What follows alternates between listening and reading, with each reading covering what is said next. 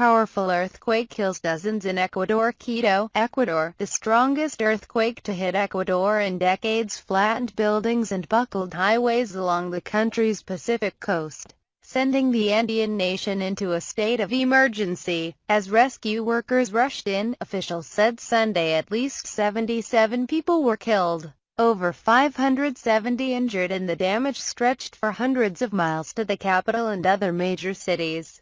The magnitude 7.8 quake was centered on Ecuador's sparsely populated fishing ports and tourist beaches, 170 kilometers (105 miles) northwest of Quito, the capital. Vice President Jorge Glas gave the updated death toll early Sunday at a press conference. Late Saturday, he said there were reports of deaths in the cities of Manta, Portoviejo and Guayaquil, all several hundred miles from where the quake struck shortly after nightfall. "We're trying to do the most we can, but there's almost nothing we can do," said Gabriel Alcivar, mayor of Pedernales, a town of 40,000 near the quake's epicenter. He pleaded for authorities to send earth-moving machines and emergency rescue workers as dozens of buildings in the town were flattened, trapping residents among the rubble. He said looting broke out amid the chaos, but authorities were too busy trying to save lives to assert order. "This was not just a house that collapsed, it was an entire town," he said.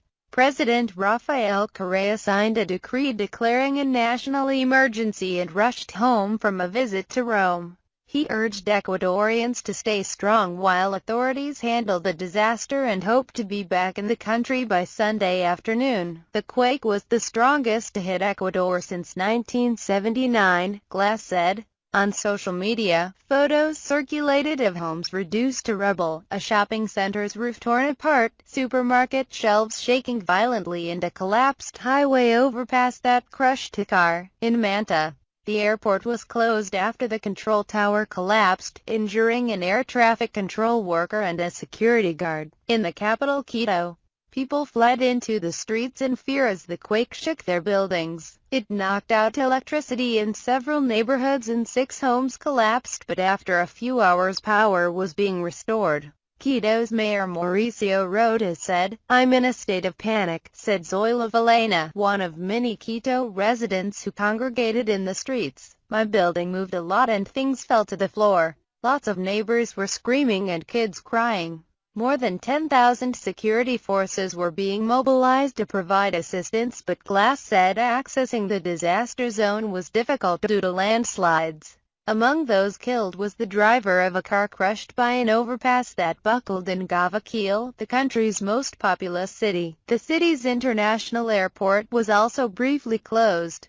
Hydroelectric dams and oil pipelines in the OPEC member nation were shut down as a precautionary measure, but so far had not reported any damage. The Pacific Tsunami Warning Center said hazardous tsunami waves were possible for some coasts, while the government had not issued a tsunami alert.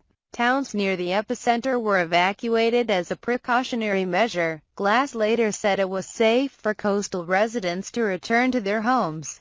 An emergency situation was declared in 6 of Ecuador's 24 provinces, while sports events and concerts were cancelled until further notice nationwide. "It's very important that Ecuadorians remain calm during this emergency," Glas said from Ecuador's National Crisis Room. The USGS originally put the quake at a magnitude of 7.4, then raised it to 7.8. It had a depth of 19 kilometers (12 miles). At least 36 aftershocks followed, one as strong as 6 on the Richter scale, and authorities urged residents to brace for even stronger ones in the coming hours and days. The quake comes on the heels of 2 deadly earthquakes across the Pacific. In the southernmost of Japan's 4 main islands, a magnitude 6.5 earthquake struck Thursday near Kumamoto, followed by a magnitude 7.3 earthquake just 28 hours later. The quakes have killed 41 people and injured about 1,500, flattened houses and triggered major landslides. Thousands of rescue workers searched a debris-strewn village in southern Japan for about a half-dozen missing people Sunday, as U.S. military aircraft rushed to join the relief mission.